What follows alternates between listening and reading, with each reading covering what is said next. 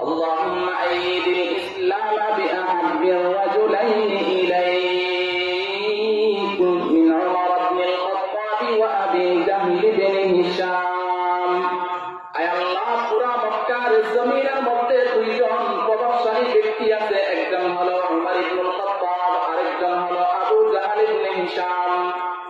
আল্লাহ ইসলামের এই ক্রান্তিকালে আল্লাহ আপনি এই দুইজন প্রভাবশালী ব্যক্তির মধ্যে যে কোন একজনকে ইসলামের ভিতরে এনে ইসলামের তৌফিক দিয়ে আল্লাহ ইসলামকে শক্তিশালী করেন।